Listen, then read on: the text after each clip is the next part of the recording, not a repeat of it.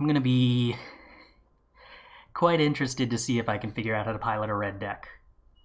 This hand, however, I think I can figure out how to play. Because we're going to play our 1-drop, and then we're going to play some 2-drops. Can you explain Cube? So it functions basically like most other draft formats you've ever played. The real difference is that... This has haste. I should play it now.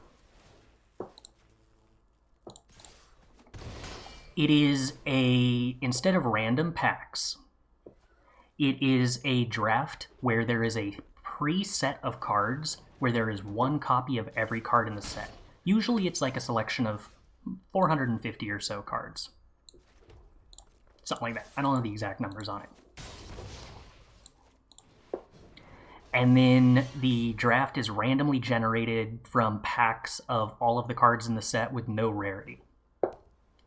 Usually there are like 300 cards per pack, so there's like 150 cards in the set that don't show up.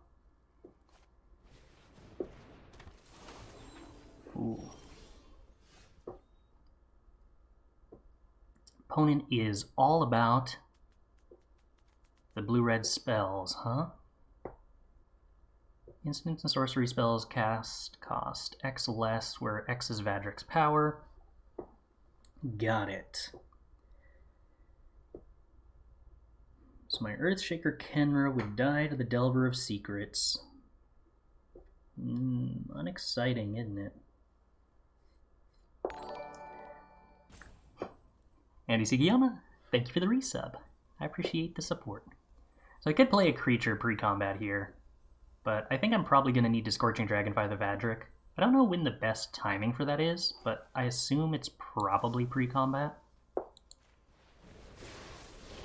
Okay, opponent doesn't have anything. That works for me. Do I want to trade the Kenra with the Delver? Probably not, because it is pumping the Annex for the time being. Got the opponent down to 8. Alright.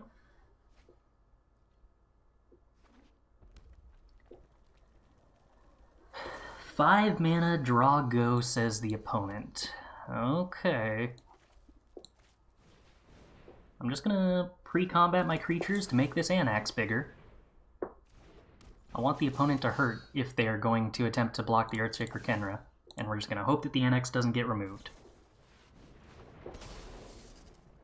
Well... Okay. Opponent's playing blue-red big stuff. Chooses not to kill the Annex. Which does mean we have... a lot... Oh, I literally can never flip this Magmatic Channeler, can I? I just actually don't have enough stuff in my deck, to, I think. So I can trade the Annex. Ooh. Hey, Mojo Rogue! Thanks for the raid! Hope your stream went well. You join us drafting Mono Red. I think I'm supposed to turn Annex into a card that is lethal on its own. They were pretty much already forced to chump block it, but I don't know, why not? Why not more? Yeah, I'm pretty sure Magmatic Channeler is a 1-3 looter in this deck, but maybe that's good with the Delirium synergies? It's probably not. Oh, opponent, Earthshaker Kenra is the one you most 100% don't want to block and put in my graveyard. Finalize my list for the tournament on the 16th for best of 3. Am I in it, by the way? Is that the Arena Qualifier weekend? I think that was the date for that, right? Stream League. Yes, yes, yes. I am in that one. I don't know what I'll be playing yet. Probably a control deck, but I don't know what the control deck looks like.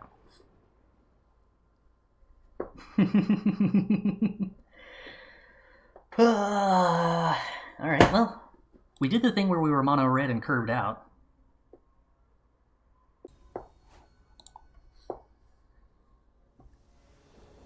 And... okay, so Soulscar Mage into a 3-1. Unholy Heat and Scorching Dragonfire isn't exciting, but I believe I'm supposed to just live my 2-drop 3-1 life. Okay. Drawing Annex. I'm willing to believe Annex is probably one of the best cards in my deck, so I'm happy to draw it.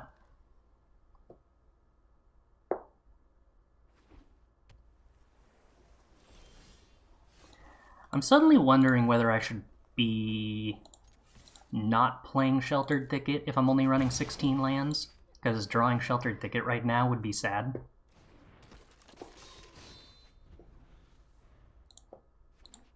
Wouldn't be the saddest thing ever, but it would be disappointing. Uh-oh. What scary one drop is our opponent copying? Jeez, that's brutal. Okay. Pillar of Flame copied, sure. At least there's no Pillar of Flame to kill our Annex. Bye, kitty.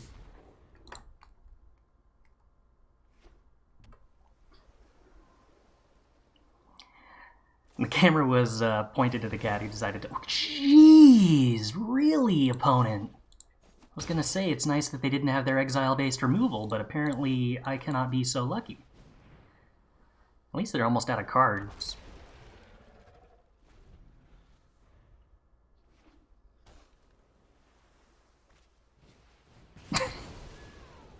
At least they're drawing lands.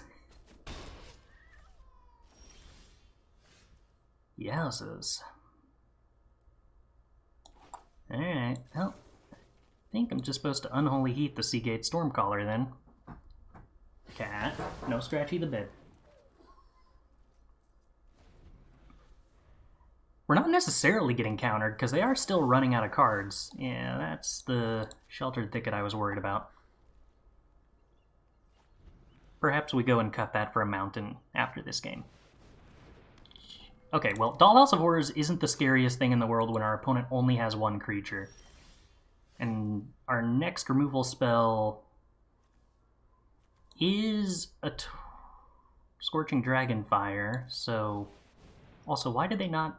Oh, they wanted to wait until they could copy something to bring it back. Sure.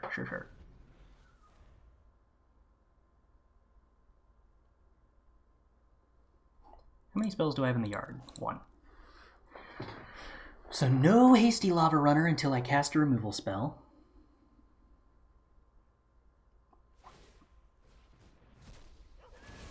Opponent, Seagate Stormcallers. What are you copying, opponent?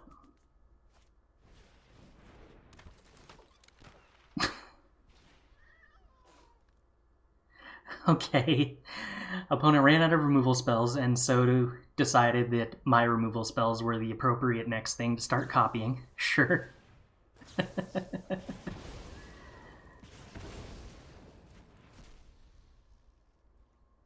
Also, they exiled a removal spell from my graveyard, so I still can't give this Lava Runner haste. Golly gosh, that's so rude. Okay. Well, we're just gonna play our creatures then. Unfortunately, this is now the point where we have begun to flood out. Hey, Donzilli! Thanks for the subscription. I really appreciate the support. Wait. Is opponent's love of 2 mana copy small CMC nonsense stealing my thunder? Is that what's going on here? Alright, please go away, Direfleet Daredevil. Are we phasing a control deck? I guess we are phasing a control deck. Kind of. This is a control deck with no card draw so far. Okay. Do I have any way to loot away lands? No. Other than the Sheltered Thicket. Couldn't we have drawn these in the opposite order? Where the 6th land was the Sheltered Thicket? Clone Crafter, Oh. Wow. That's hail hitting the window. So this Goblin Banneret actually goes to their graveyard to get brought back with Dollhouse of Horrors, so that Clone Crafter is like the most disgusting combo. It's kind of concerning.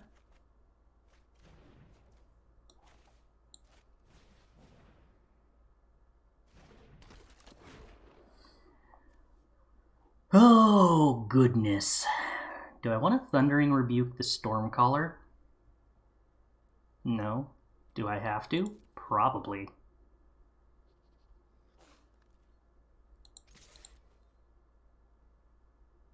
That's true. We do have the 2-drop that taps and discards. That's very true. Do I want to kill both of these? I guess I have to kill both of these. I did forget this could pump because they actually have red mana. So that's unfortunate. So I was supposed to Thundering Rebuke before combat. Oh, we are so happy to get rid of a land. And our Dragon's Rage Channeler actually flies now. Okay, okay. Our opponent gets to continue stealing our creatures. Wow. Dollhouse of Horrors plus Clone Crafter is actually a very impressive combo. Just like a 3-for-1 that puts 3 creatures in the graveyard for Dollhouse of Horrors. Yeah, and if our Dragon's Rage Channeler was doing 5 damage because I had kept around the Torbrun, yes, not attacking with the Torbrun was just like 1,000,000,000% correct. We would be in much better shape right now had I done that. Do I think it's constructed playable? I doubt Dollhouse of Horrors is constructed playable. It's a little too expensive for an engine. It's essentially 6 mana to do anything with it. If it was like 1 mana cheaper, it'd be pretty close. Oh, this gets haste too. Yeah, that's a problem.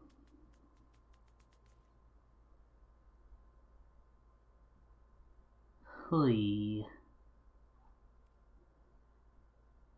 Do I have any way to survive this? I don't think so. Yeah, I super wasn't supposed to attack with a Torbrun. I thought I wouldn't die. That was just a mistake. But having it back to block and not having the Goblin Banneret... Did I miscount? I thought that was 2 less than that. Oh, because it actually has power to start with. That's why. It is not a 0/2. Yeah, I think that if I had just not made the very silly mistake of attacking with the Torbrun, like, even if it hadn't died, it probably was correct to just hold it back and just not putting anything in the graveyard for the Dollhouse of Horrors. Hope they continue to draw poorly, which is what happened, and I just didn't play around that.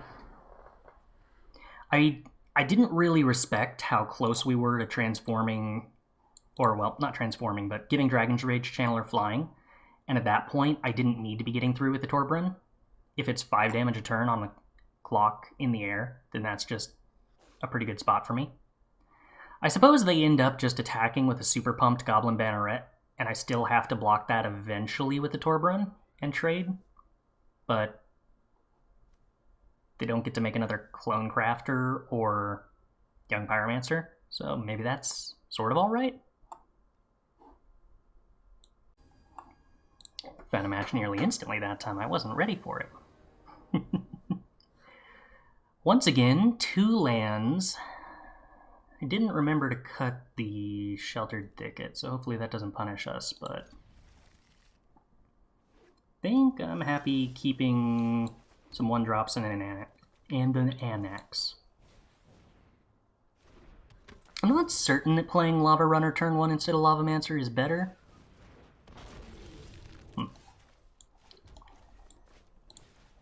But the possibility they play something with 1 toughness, or rather 1 power, is relevant with the stat size difference. Technically, a Lava Runner could have haste eventually, but I don't actually think that that's likely to happen given the number of instants and sorceries we have in our deck.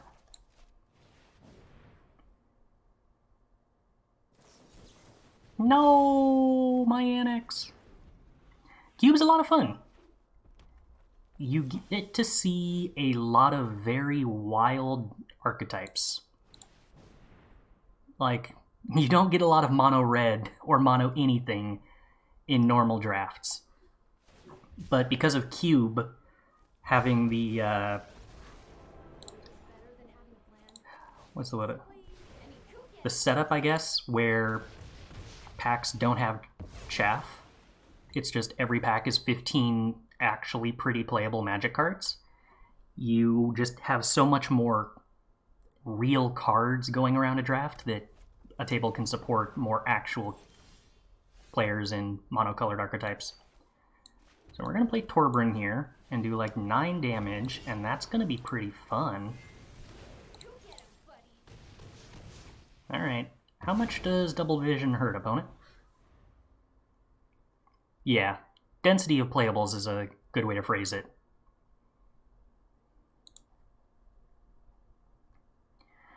No, so the way the draft works is, I don't know exactly what the set size is, but there's something like 450 cards that are all one-ofs that are in the pool of cards, and packs get randomly generated pulling from that pool of cards. There's no rarities or anything, there's no sets, every pack is exactly the same, and it's just random selections pulling one-ofs from all that.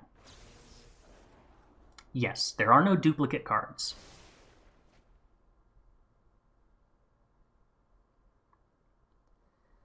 I guess we return this. Opponent makes 2 4/4s. That makes me sad. Copying multiple choice seems kind of brutal. We're certainly doing a lot of playing against... Do I have to spend mana? Yeah. Bummer. We're doing a lot of playing against blue-red copying spells stuff, which is interesting. Alright, so making 1/1s is useless right now. Playing Torbran and making 1/1s is useless. I could kill one of the two, but then I have to spend my mana to do that. I don't think that's exciting. I kind of think I make Chandra into a 5/5, so they have to attack it with 2 tokens.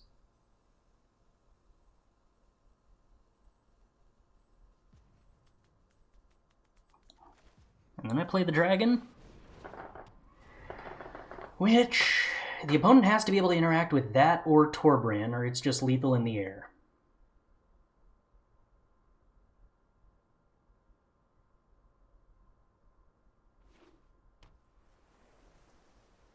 Yeah, I think I misspoke. In order to kill Chandra, they have to attack it with 2 4/4s, which leaves them down on blockers, and gives me the option to block one of them if needs be. We do also have Grim Lavamancer to do damage eventually, yes. Although it'll have to survive a turn to accomplish that, and that might be tricky with them having Double Vision in play.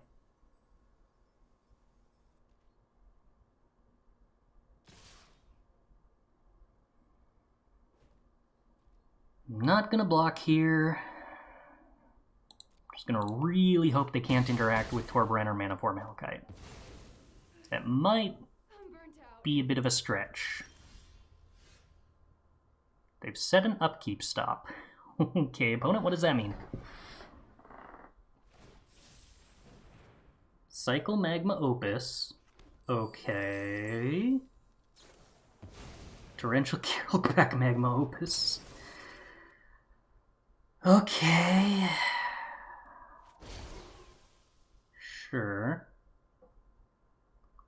Torrential Gear Hookback, 2 Magma Opuses.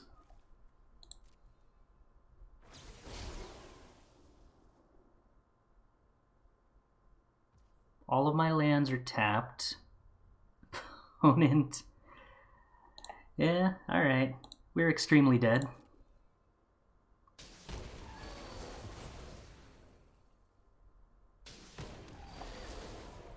Alright, so the multiple choice very much defeated us. I don't know that there's too much I could have done.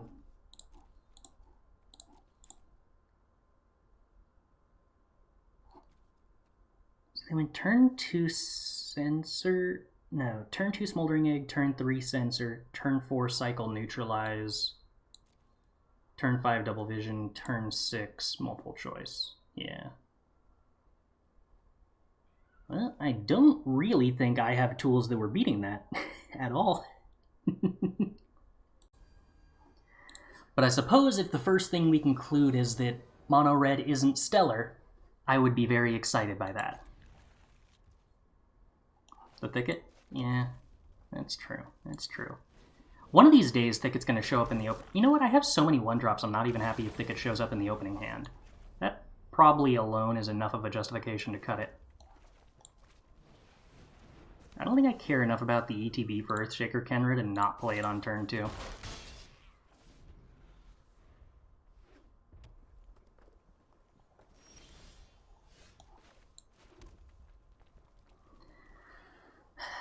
I think it's too likely my opponent has some removal spell here for me to want to pump Goblin Banneret. I think I'd rather play Rampaging Ferocidon.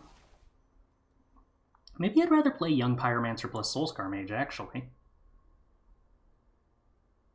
Just really go wide. Come to think of it, that puts the same amount of power on the board, but Soulscar Mage can get a counter from Goblin Banneret. Wait, no. That's not how Goblin Banneret works. This also played around a Braid better.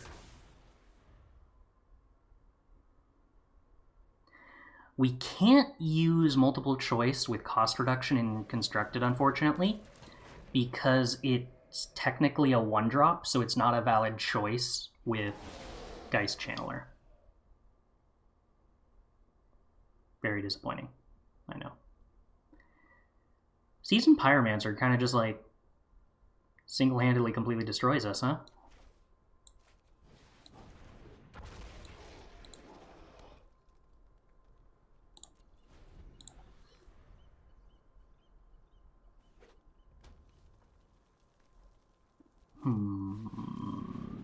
Okay.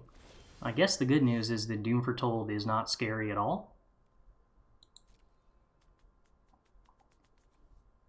I think we'll sack Earthshaker Kenra, because currently odds are that I pump Goblin Banneret and attack with a Ferocidon and put a counter on Ferocidon. I end up trading the Banneret with a 1/1, which sucks, but they can't kill the Ferocidon at that point.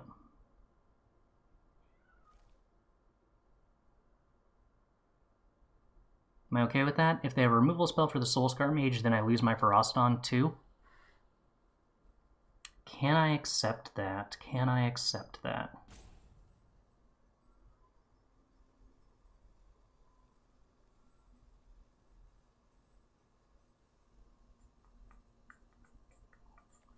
No, I don't think I can accept that. So I think I actually attack with everything, put a counter on the Soulscar Mage, and then play my 2 other 1-drops.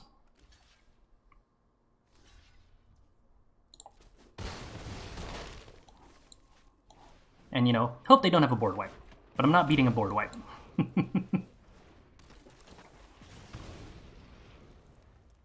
Opponent sacks Pyromancer.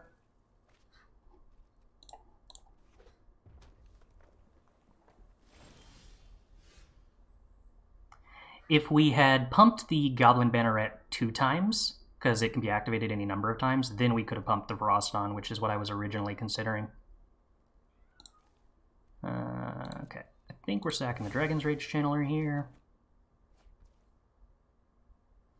Am I playing this Crash through? Yes, I have no other mana sinks anyway. They can activate Pyromancer. Ooh, Reckless Stormseeker. Alright.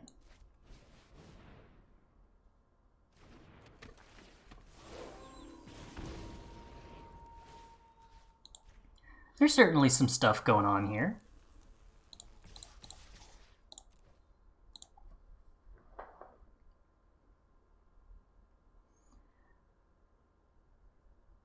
So they're probably not going to make the 2/2 Knight in all likelihood, because the Doom Foretold is probably going to wind up sacrificing itself.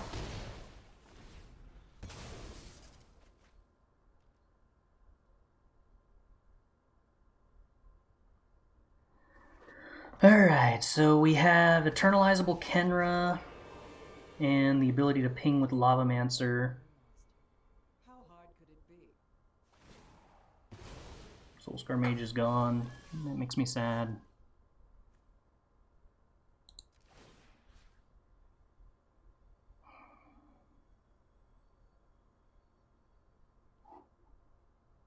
I have 3 abilities to use Grim Lavamancer.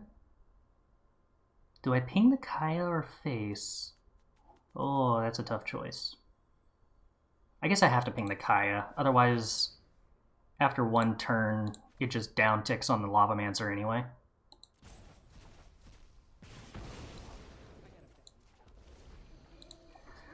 So, we've got the ability to escape the Kenra, which is definitely damage. Perilous Mirror is ignorable. Earthshaker Kenra gets chump blocked twice by the Pyromancer. Should we... Is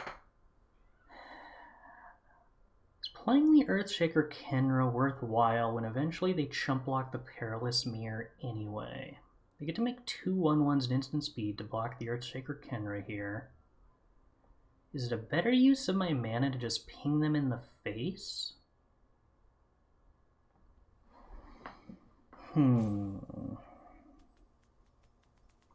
If we draw a 7th land, then I'm getting to ping and play the Earthshaker Kenra in 1 turn. I guess by waiting, we don't really allow them to do anything with these tokens.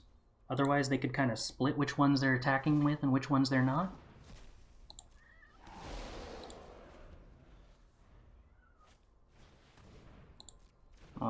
Priest of the Forgotten Gods is probably going to be something I have to ping with Lavamancer again.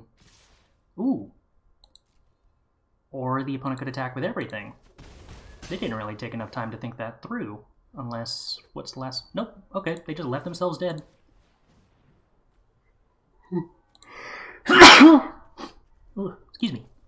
Well, a good example of why you should think and wait with your plays. It's important to take the time to consider your actions. Okay, I am sad we don't have a 2-drop, but 3 lands and some 3-drops I am willing to keep. At least we have really good 3-drops. I would very much love to draw a 2-drop, though. Try a Green Seeker. No! That counters my Gorm. Oh, hey, cool, 2-drop. Sweet. Now my 1/1 can attack in safety.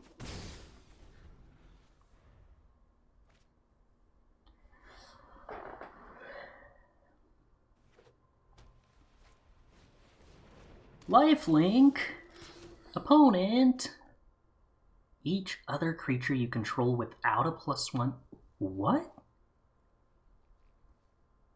This has so much text. What is this card from? That must be Modern Horizons 2? I don't know if I ever actually played Modern Horizons 2 as a draft. I guess we have Rampaging Ferocidon. Just like infinity text on this thing. I did not realize this was on Arena.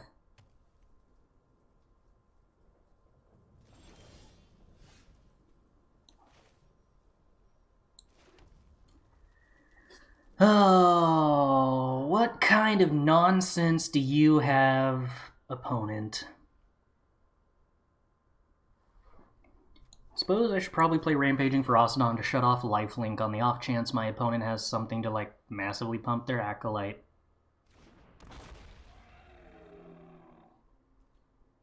That's true. They might not realize that they can only outlast at sorcery speed, because it doesn't say that. Except in the top right.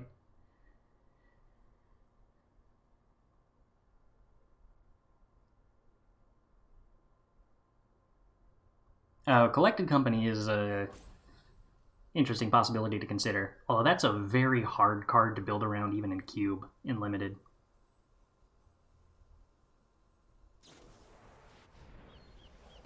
Okay. Settle the Wreckage is, I guess, the other classic 4-drop. It doesn't even go to the graveyard, it doesn't give me tokens. It doesn't let me Grim Lavamancer this Acolyte. Oh, okay. Mirari's awake. Opponent's got 1 billion mana. Do I have to trade with that? I don't want to. No, because they don't have lifelink. Rampaging Frostdawn shuts that off. We're fine. Probably. Opponent's wondering why they're not getting life.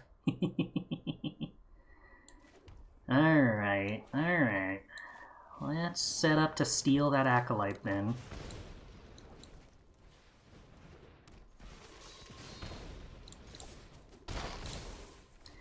Sexy Pirate Strategy is online. But opponent also has 10 mana, so 12 mana, sorry.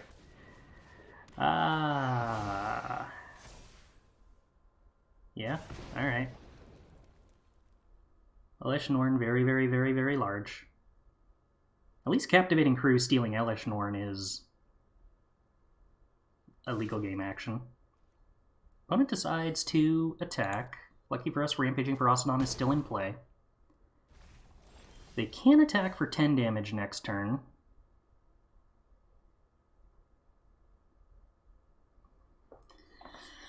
Attacking for 10 damage is a problem. How much damage do I get to attack for here?